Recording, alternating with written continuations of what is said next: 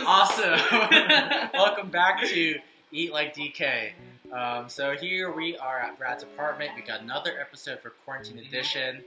Hey guys. Awesome. This is Brad, one of my good friends here. So go ahead and tell us about what we are going to make. Hey guys, I'm all about simple. So what we're going to be doing is a butter garlic chicken, okay? With some rice and peas. Super simple. So we're just going to need some chicken. We're going to need salt, pepper, some butter, very important, garlic, and some bay leaves, actually. And we'll get to that, why we need that. So pretty simple. All you need is pretty much one pan and a rice cooker. So about why we need the bay leaves, you're going to go ahead and make your rice ahead of time. So while we're cooking the chicken, you know, it's all cooked and ready. What we did ahead is we made our rice with vegetable stock. So it will have, you know, be more aromatic, more flavorful, rather than, you know, rice made with water. We are using chicken thighs here. I went ahead from the Costco Kirkland brand. You know, very good brand over here, guys. Shout out to Costco. Right, sponsor me, please. So with the chicken thighs, I'm going to go ahead and debone this, so make the cooking process easier. Do you want the skin on or off? Skin's good. Skin? Yeah, okay. Skin's good. Keeping the skin on. Frozen bag of peas. Brad has a preference on butter. Okay. I'm telling you, okay, you can get your regular Costco, Kroger butter, your Costco butter, all that. It has nothing on Kerrygold butter. It's an Irish butter. This one's salted, but the flavor is ridiculous. It's the only butter I cook with. It is on point.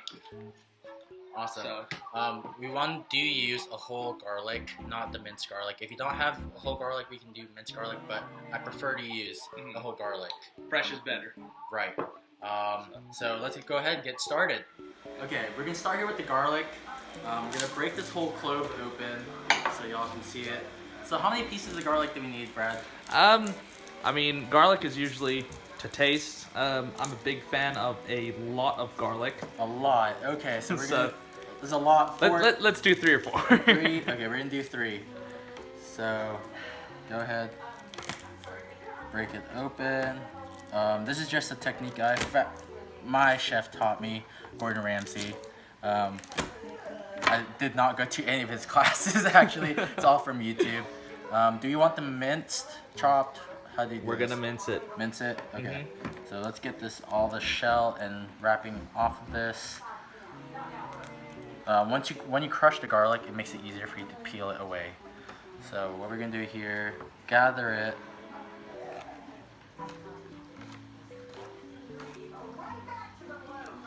Got all the chicken bone off. So what we're gonna do, we have some excess skin here. I'm gonna go ahead and trim the excess skin off. We don't need that. This is also great for making your stock if you do decide to make stock with your excess chicken bone and skin. This is pretty nice fat. So we do want to have it pretty trimmed out so it cooks evenly on the pan. We are cooking this on the stove top. This is not going to be finished off in the oven, so we are cooking this entirely on the stove. This is a sweet knife here, Brad. Thank you. So, Dab's kind of a expert when it comes to preparing chicken. He's shown me a couple recipes of his, and I can tell you the man knows how to cook some chicken. Thank you. Yeah, so one of my favorite go-to meals is actually pretty simple. Hainan chicken rice. It's a Singaporean Chinese dish that I absolutely love. So go ahead with this. Should I go ahead and score the chicken side, the skin side, or?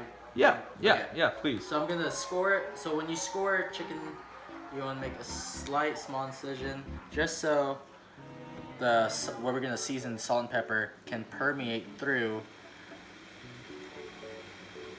the meat and the skin.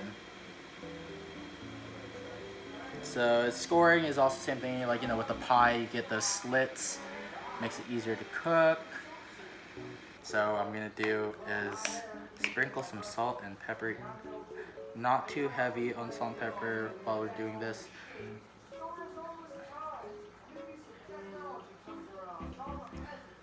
Awesome, we got enough salt on there and some pepper. You're just doing an even coating on the skin side and let that sit for a couple minutes. Alright guys, so here we go. To start off with, start cooking the chicken.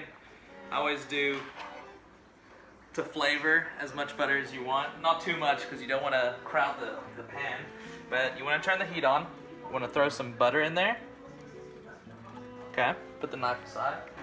And a little trick, everyone probably knows this now watching Gordon Ramsay on YouTube, but some oil in there with the butter so the butter doesn't burn, because when it burns it has a nutty flavor and it's actually not that enjoyable. So what we're going to do is we're going to spin it around. Okay, let that melt, turn it up a little bit, and we're going to get our chicken ready. Okay. Actually, let me go grab some tongs. Here we go, just some tongs, makes it easier to flip it around and everything. So, as you can see, the butter's melting. So whenever I'm gonna put this in, I'm actually gonna put it in skin side down first so that can fry nicely. Because whenever you do it, if you have to do the meat side first and then the other side, all the juices will start to run out a little bit, so it doesn't really fry, but it kind of sits in liquid and cooks that way, but you want a nice crispy skin.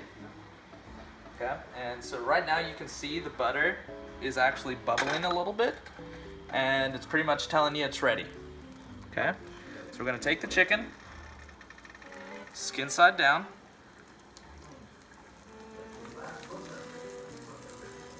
Okay. Okay, and my pan happens to be a little bit small, so we'll do the other two pieces here in a minute. We don't want to crowd the pan because you get that same effect of it. Instead of it frying and getting nice and crispy, it's kind of just going to cook a little bit, and you're not going to have that crispy, crunchy skin that you want. Awesome, so we have the chicken cooking here. We let it sit. So what we see here, when you do the chicken thighs right here with skin side down, you do want to rotate. Get all the juices evenly cooking the chicken. So we can check it, go ahead and check. Oh, this is perfect for flipping. Yeah. So we're gonna do this and flip it over. What do you think, Bradley? Oh, it looks good, man. So we're gonna do rotate again. Make it all coated. See what we did here when we scored the chicken skin? It does create a nice effect over here. We're going to go ahead and just let this sit out for a little bit to cook through the other side, and then we're going to continue on with the rest of this. Alright, so we're coming up to a finish here. We did throw in the garlic towards the end. We don't want to toast it in the beginning, so we're doing it with our finishing of the juices that were collected throughout the pan, throughout the cooking process. So this is it, y'all. We're almost done here. We do have to get started on the peas. We are cooking the peas in the remaining juices, you know, from the chicken here. So I'm gonna go ahead, pull these out from the pan. Welcome back. We got all the chicken cooked. We're just gonna let it rest for a second over here. Next thing we got going is we're gonna do some of the peas in the pan. Gonna let it cook in the chicken juices just so it can get some flavor. We're gonna throw a little bit of salt and pepper in it. There's a lot of peas in here, so I'm not gonna do the whole bag.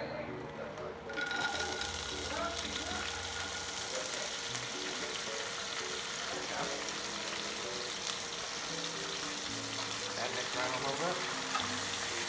Okay, and you want to turn down the heat a little bit. I'm gonna let it cook. Let it cool down the oil a little bit. Do not put water in fry hot oil. Just do not do that.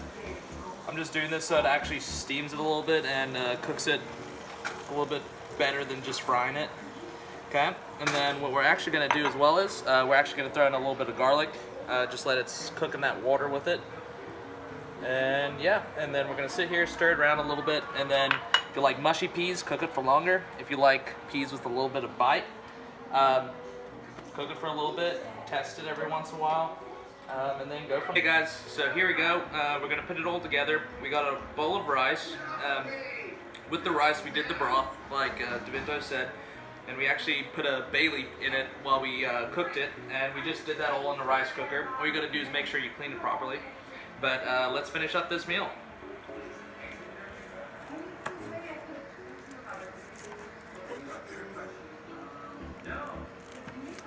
looks amazing. Okay. Oh yeah. So there we go. So here's our rice. Okay, we're gonna do make a little bed right here. Okay, we're gonna do some peas, because you gotta have some color in your food. That's important. Okay. Yeah.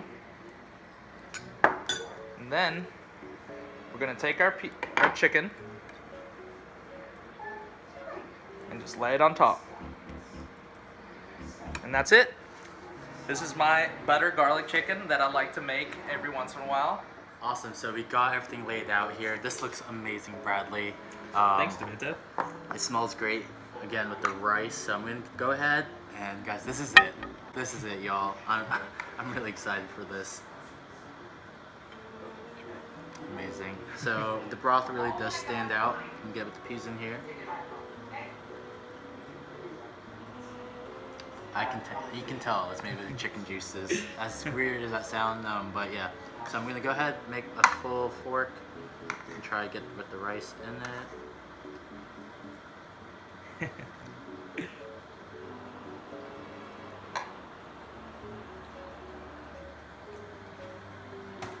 Guys, this is it. This is it, guys.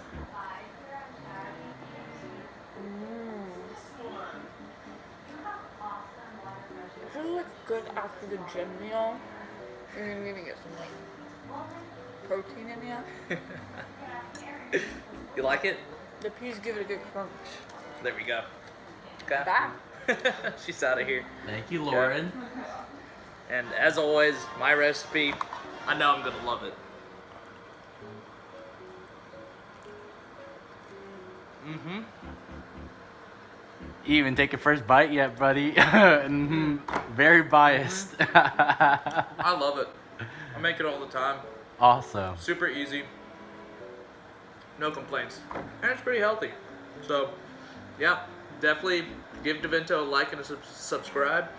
And he'll keep making videos. Thanks, guys.